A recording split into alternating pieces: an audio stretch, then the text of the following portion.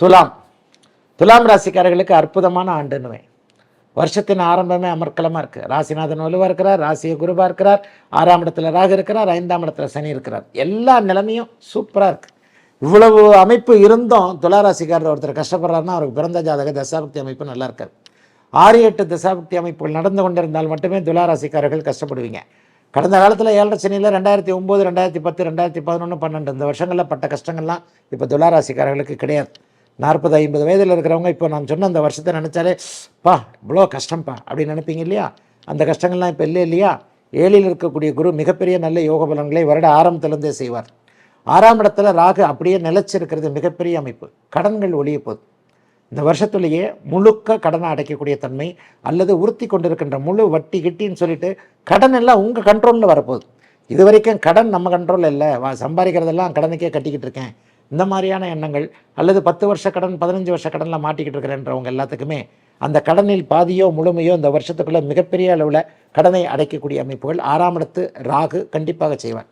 12ஆம் இடத்துக்கு கேது 8ஆம் இடத்திற்கு குருவின் பார்வை மே மாதத்திற்கு பிறகு வரப்போகுது. அந்த 8ஆம் இடத்து மே மாதத்திற்கு பிறகு உங்களுடைய வெளிநாட்டு பயணங்கள், வெளிநாட்டு கனவுகள், வெளிநாட்டு எண்ணங்கள், டெல்லிக்கு போகணும், பாம்பே போகணும், பூனா போகணும், கல்கட்டா போகணும், அங்கே போய் செட்டில் ஆகணும், அல்லது மத்திய அரசு பணி கிடைக்க வேண்டும். மத்திய அரசு பணி கிடைச்சா வெளிமாநிலத்துக்கு போவீங்க, அப்போ அது கிடைக்கணும் இல்லையா? அந்த மாதிரி மத்திய அரசு பணி கிடைக்க வேண்டும் என்கின்ற எண்ணத்தில் இருக்கக்கூடிய இளைய பருவத்தினர் அனைவருக்குமே நீங்கள் எழுதுகிற தேர்வு சக்ஸஸ் ஆகிறது மே மாதத்துக்கு பிறகு. வெளிநாட்டுக்கு போவதற்கு அனுமதி கிடைக்கிறது இதாகிறது. கிழக்கு திசையிலலாம் போக போகிறீங்க. ஏன்னா சூரியன் மிக வலுத்து இருக்கக்கூடிய அந்த அமைப்பு சிங்கப்பூர், மலேசியா, ஆஸ்திரேலியா போன்ற நாடுகளுக்கு செல்ல வேண்டும் என்கின்ற எண்ணத்தில் கிழக்கு நோக்கிய பயணத்தை அடைய வேண்டும் என்கின்ற எண்ணத்தில் இருக்கக்கூடிய அத்தனை துலாம் ராசிக்கார இளைஞர்களுக்கும் மிகப்பெரிய யோக பலனை செய்யும். ஆக பெரியவர்களுக்கு என்ன பண்ணோம்? கடன் நோய் அமைப்புகள் நல்லாயிருக்கும், அதாவது அத்தனையும் தீரும். நல்ல மருந்துகள் எது, நல்ல மருத்துவம் எது, எல்லா விதத்திலையும் மிகப்பெரிய யோக அமைப்பு. பங்காளி தகராறு தீரும். 40 வருஷமாக கேஸு, 50 வருஷமாக கேஸு, சித்தப்பா பையன், பெரியப்பா பையன், அத்தை பையன், இவங்களையே சண்டை போட்டுக்கிட்டு இருக்கிறேன். அப்பா கூட பிறந்தவங்க யாரும் என்கிட்ட பேசுறதில்ல, அம்மா கூட பிறந்தவங்க யாரும் என்கிட்ட பேசுறதில்ல, சொந்த அண்ணனே தம்பியே பேசுறதில்ல. இந்த மாதிரியான எண்ணங்களில் கடுமையான மன அழுத்தங்களில் வழக்குகள் அப்படி இப்படின்னு போய்கிட்டு இருக்கிறவங்க எல்லாருக்குமே இப்போது மிகப்பெரிய மாற்றம் இருக்கும்.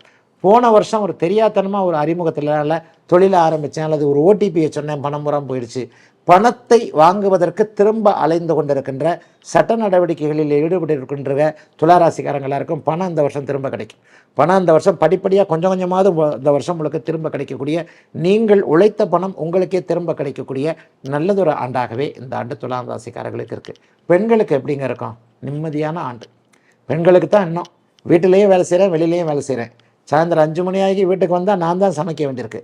எல்லாவற்றிலும் ஆண்கள் உங்களுடைய ஒரு சுமைகளை பகிர்ந்து கொள்ளக்கூடிய நல்ல ஆண்டாகவே இந்த ஆண்டு அமையும்.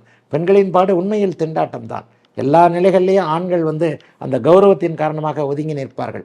நீங்கள் தான் வீடு, ஆஃபீஸ் ரெண்டுலேயும் மாறி மாறி வேலை செய்யணும். அது எல்லாமே அந்த வயதிற்கேற்றார் போல் அந்த மன அழுத்தம். இளம் பெண்களுக்கு நல்ல வேலை கிடைக்கும். ஆகவே சிறப்புமிக்க ஆண்டு, நல்ல ஆண்டு பெண்களுக்கும் ஆண்களுக்கும் துலாம் ராசிக்கு 2024ஆம் ஆண்டு.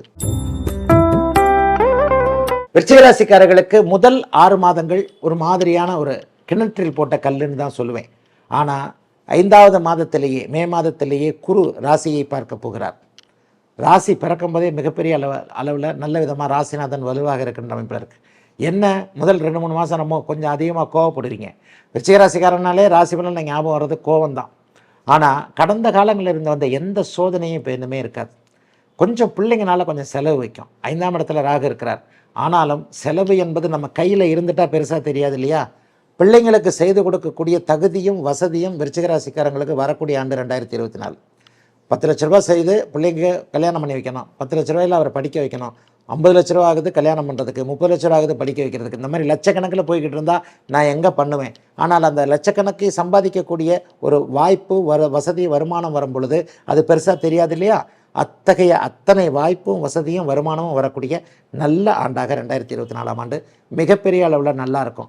5ஆம் இடத்திலும் 11ஆம் இடத்திலும் இருக்கக்கூடிய ராகு கேதுக்கள், குறிப்பாக கன்னி வீட்டில் இருக்கக்கூடிய கேது லாபங்களை தரக்கூடிய அமைப்பில் இருப்பார். கடந்த 3 வருஷமாக எந்த ஒரு முயற்சியை பண்ணிக்கிட்டு இருக்கிறீங்களோ அந்த முயற்சி 2024 கை கொடுக்கும். 2020ஆம் ஆண்டிலிருந்தே நான் இந்த வித முயற்சியை வயசுக்கு ஏற்ற மாதிரி பண்ணிக்கிட்டு இருக்கிறேன். அதாவது 40 வயசு கடந்தவங்களுக்கு வேறு மாதிரியான முயற்சிகள் இருக்கும். என்ன தொழிலில் முன்னேறணும், ஒரு ஆர்டர் கிடைக்கணும், ஒரு கவர்மெண்ட் ஆர்டர் கிடைக்கணும், இவர் அறிமுகம் கிடைச்சா நல்லது, அல்லது இவர் இதை செஞ்சு கொடுத்தாருனா நல்லது, அல்லது இப்போ ஒரு இன்வெஸ்ட் பண்ணார்னா இதை வச்சு நம்ம டெவலப் ஆயிடலாம். இந்த மாதிரியான எண்ணங்களில் தொழில் போட்டிகள், தொழில் முயற்சிகள் இருக்கக்கூடிய அத்தனை விருச்சிக ராசிக்காரர்களுக்கும் அது அப்படியே நடக்கக்கூடிய தன்மை. ஆனால் இளைய பருவத்தினருக்கு வேறு மாதிரியான முயற்சிகள் இருக்குமே. காதல் போன்ற முயற்சிகள்லாம் சக்ஸஸ் ஆகும். ஒரு 2-3 வருஷமாக நட்பாகவே இருக்கிறது காதலாக ப்ரமோஷன் ஆக போகுது. ஆணுக்கு பெண்ணையும் பெண்ணுக்கு ஆணையும் அறிமுகப்படுத்தக்கூடிய ஆண்டாக இந்த ஆண்டு அமையும். ஏன்னா ஆரம்பத்திலிருந்தே சுக்கிரன் வலுத்து இருக்கிறார். சுக்கிரனுடைய வீட்டில் போய் இப்போ குரு மாறி 7ஆம் இடத்துல உட்காந்து அவங்கள பார்க்க போகிறார். 7ஆம் இடத்தில் சுக்கிரனுடைய வீட்டில் உட்கார்ந்து இருக்கிற குரு கணவன் யார் மனைவி யார் அப்படிங்கிறத இந்த வருஷமே அடையாளம் கட்டுவார். சிலருக்கு கல்யாணமே முடிஞ்சிடும். ஜனவரியில் அறிமுகமாகி டிசம்பருக்குள்ளே கல்யாணம் ஆகக்கூடிய அமைப்பு. 3 வருஷமாக யாரிடம் முட்டி மோதி போராடி கொண்டு இருக்கிறீர்களோ அவர்கள் மனம் மாறக்கூடிய அமைப்பு. 7ஆம் இடத்துல நண்பர்கள் போன்ற அமைப்புகளில் மிகப்பெரிய புதிய நட்புகளும் கிடைக்கும். காதல் மட்டும்தான் கிடைக்கும்னு இல்லை, புதிய நட்புகள் கிடைக்கும். ஒரு உயிர் நண்பர்னே சொல்லலாம். எதற்கும் நம்மை நமக்காக ஒரு எதையும் விட்டு கொடுக்கக்கூடிய ஒரு நல்ல உறவு, நல்ல நட்பு போன்றவைகள் இந்த வருடம் ஆரம்பிக்கும். சில பேர் விளையாட்டு போல் ஒரு 2-3 பேர் சேர்ந்து ஒரு கூட்டு தொழில் ஆரம்பித்து அந்த கூட்டு தொழிலும் சக்ஸஸ்ஃபுல்லாக அமையக்கூடிய அமைப்புகளும் இந்த வருடத்திலே இருக்கிறது. ஆகவே விருச்சிக ராசிக்காரர்கள் எல்லோருக்குமே வெற்றிகள்.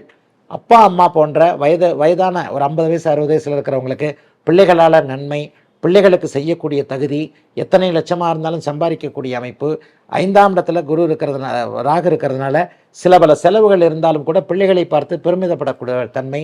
7ஆம் இடத்தில் இருக்கின்ற குருவினால் இளைய பருவத்தினருக்கு வாழ்க்கை துணை, நண்பர்கள், நட்புகள் போன்றவைகள் அடையாளம் கட்டப்படக்கூடிய சிறப்பு முன்னேற்றமுள்ள ஆண்டாக அமைந்திருக்கிறது இந்த 2024 விருச்சிக ராசிக்காரர்கள் எல்லோருக்கும். தனுசு ராசிக்காரர்களுக்கு மிகவும் நல்ல ஆண்டு. வளர்பிறை காலம்னு ஏற்கனவே சொல்லிக்கிட்டு வரேன். 3ஆம் இடத்திலேயே இந்த வருஷம் முழுக்க சனி பகவான் 3ஆம் இடத்திலேயே முயற்சிகளை பலிக்கக்கூடிய அளவில் இருக்கிறார். ஒரு 2-3 மாதம் கழிச்சு, அதாவது மே மாதத்திலிருந்து 6ஆம் இடத்திற்கு குரு போகிறார் ஐயா. அவர் சுபர் வீட்டில் தானே போகிறார். சுபர் வீட்டில் போய் 12ஆம் இடத்தை பார்ப்பார். 12ஆம் இடம் செலவு குறிக்கக்கூடிய இடம். செலவாக வரப்போகுது இந்த வருஷம். செலவு பண்ணணும்னா காசு வரணுமே, வருமானமும் வரப்போகுது. நல்ல வருமானம் வரும். ஆனால் அதை முன்னேற்றத்திற்கான செலவாகவே வைப்பீங்க. ஒரு காசு வரும், காசு வச்சு ஒரு கல்யாணம் பண்ணலாம், அல்லது ஒரு புத்திர பாக்கியம் வரும். அந்த புத்திர பாக்கியத்திற்கு குழந்தைகளுக்கு நகை வாங்கி போடலாம், பெண் குழந்தைகளுக்கு சேமிக்கலாம். பெண் குழந்தையோட கல்யாணத்துக்கு இந்த வருஷமே ஒரு 10 சவரன் 15 சவரன் நகையை சேர்த்து வச்சிடலாம். அந்தளவுக்கு நல்லா வருமானம் வரும். என்ன லிக்விட் கேஷ்ன்னு சொல்லப்படக்கூடிய பணத்தை பணமாக வச்சுக்க முடியாமல் அதை ஒரு பொருளாக மாற்றி வைக்கக்கூடிய நல்ல ஆண்டாக மே மாதத்திற்கு பிறகு தனுசு ராசிக்காரர்கள் அனைவருக்குமே மிகப்பெரிய நல்ல யோக ஆண்டாகவே இந்த ஆண்டு அமைஞ்சிருக்கு. கௌரவம் உயரக்கூடிய நல்ல ஆண்டு. பெண்களினால் பாதிக்கப்பட்டீங்க இல்லையா, ஒரு அக்கா உறவு, மனைவி கேஸ் போட்டாங்க, மனைவி என்னை புரிஞ்சிக்கல, அல்லது மனைவியை நானும் பிரிஞ்சிருக்கிறோம், தங்கை என்னை புரிஞ்சிக்கல, அக்கா என்னை புரிஞ்சிக்கல, பெத்த பொண்ணு என்னை தப்பாக நினைக்கிறா, அம்மாவே எனக்கு உதவியாக இல்லை. இந்த மாதிரி பெண் வழி உறவுகளால் கசப்புகள், கஷ்டங்களை சந்தித்தவர்கள் எல்லோருக்குமே உங்களுடைய உண்மையான தன்மையை பெண்கள் புரிந்து கொண்டு அவர்கள் சற்று கீழிறங்கி சமாதானமாக போகக்கூடிய அமைப்பு ஆண்களுக்கு உண்டு. தனுசு ராசிக்கார ஆண்கள் எல்லாருக்குமே இந்த அமைப்பு உண்டு. அதே மாதிரி அதிகம் பெண்கள் பணிபுரியக்கூடிய நிலையங்களை நடத்துபவர்கள், அந்த நிலையத்தில் வேலை செய்கிறவங்க எல்லாருக்குமே இந்த வருஷம் ப்ரொமோஷன் மாதிரி கிடைக்கும். பெண்கள் உங்களை நம்புவாங்க, நீங்களும் பெண்களுக்குரிய நம்பிக்கைக்கு ஏற்ற மாதிரி நடந்துக்கக்கூடிய ஒரு நல்ல ஆண்டு. பெண்களுக்கு மன அழுத்தம், மன வலி தீரக்கூடிய நல்ல ஆண்டு. ஒரு 2019, 20, 21 இந்த 3 வருஷத்தில் இருந்த இது இன்னும் சொல்லப்போனால் 19, 20 தான் சுத்தம் நம்மளை போட்டு புழிஞ்சு எடுத்துருச்சு. 2019, 2020 எந்த ஒரு தனுசு ராசிக்காரருமே நல்லா இல்லை. அதெல்லாம் தீர்ந்து இப்போ தான் அப்பாடான்னு கொஞ்சம் படிப்படியாக வந்துக்கிட்டு இருக்கோம். அந்த அப்பாடான்னு படிப்படியாக வந்துக்கிட்டு இருக்கிறது இன்னும் நல்லா நீடிக்கக்கூடிய அமைப்புகள் இப்போது தனுசு ராசிக்காரர்களுக்கு இருக்குது. வியாபாரிகளாக இருக்கட்டும், தொழிலாளர்களாக இருக்கட்டும், சொந்த தொழில் முனைவோர்களாக இருக்கட்டும், அல்லது விவசாயம் போன்ற உங்களுக்கான ஒரு துறைகளில் இருக்கக்கூடியவர்கள் எல்லாருக்குமே துறை சார்ந்த முன்னேற்றங்கள் இருக்கக்கூடிய, துறை சார்ந்த மாண்புகள், துறை சார்ந்த மதிப்புகள் இருக்கக்கூடிய, இவர் இதை செய்வார் அப்படிங்கிற உங்கள் மேலே ஒரு நம்பிக்கை வரக்கூடிய, அலுவலகத்திலே நிம்மதி, புதிய வேலை வாய்ப்பு கிடைக்கக்கூடிய அமைப்பு. ஏற்கனவே இந்த வேலை எனக்கு லாய்க்கு இல்லை, இந்த வேலையை நான் என்னது விருப்பம் இல்லாமல் தான் நான் பார்த்துக்கிட்டு இருக்கிறேன், இந்த மாதிரியான எண்ணங்கள் இருக்கக்கூடிய அத்தனை அமைப்பு தனுசு ராசிக்கார இளைய பருவத்தினருக்கும் புதிய வேலைகள், தைரியமாக வேலையை விட்டுட்டு தொழில் ஆரம்பிக்கலாம். எதையும் செய்யக்கூடிய ஆண்டாக இந்த ஆண்டு இருக்குது. எதையும் நல்ல விதமாக செய்யலாம், ரிஸ்க் எடுத்து செய்யலாம். என்னதான் இப்போ நான் கோச்சார பலன் சொன்னாலும் கூடுதலாக உங்களுக்கு ஜனனகால ஜாதக அமைப்பின்படி ஜனனகால தசாபக்திகள்லாம் ரொம்ப நல்ல விதமாக இருந்தால் பருத்தி புடவையாக காய்ச்சதுன்ற மாதிரி இப்போ நான் சொன்னதை விட 2 ரெட்டிப்பு நல்ல பலன் நடக்கும். ஆகவே ஆயிரக்கணக்கிலோ, லட்சக்கணக்கிலோ, கோடிக்கணக்கிலோ தனுசு ராசிக்காரர்கள் சம்பாதிக்கக்கூடிய முன்னேற்றம் வரக்கூடிய, கடந்த காலத்தில் இழந்த வாய்ப்புகள் கூட இப்போது தேடி வரக்கூடிய, எல்லா நிலைகளிலையும் மற்றவங்க கிட்ட கையேந்திக்கிட்டு இருந்ததை இப்போ மற்றவங்களுக்கு கொடுக்கக்கூடிய நிலைமையில் வர்ற மிகப்பெரிய நல்ல ஆண்டு தனுசு ராசிக்காரர்கள் எல்லோருக்கும் இந்த 2024.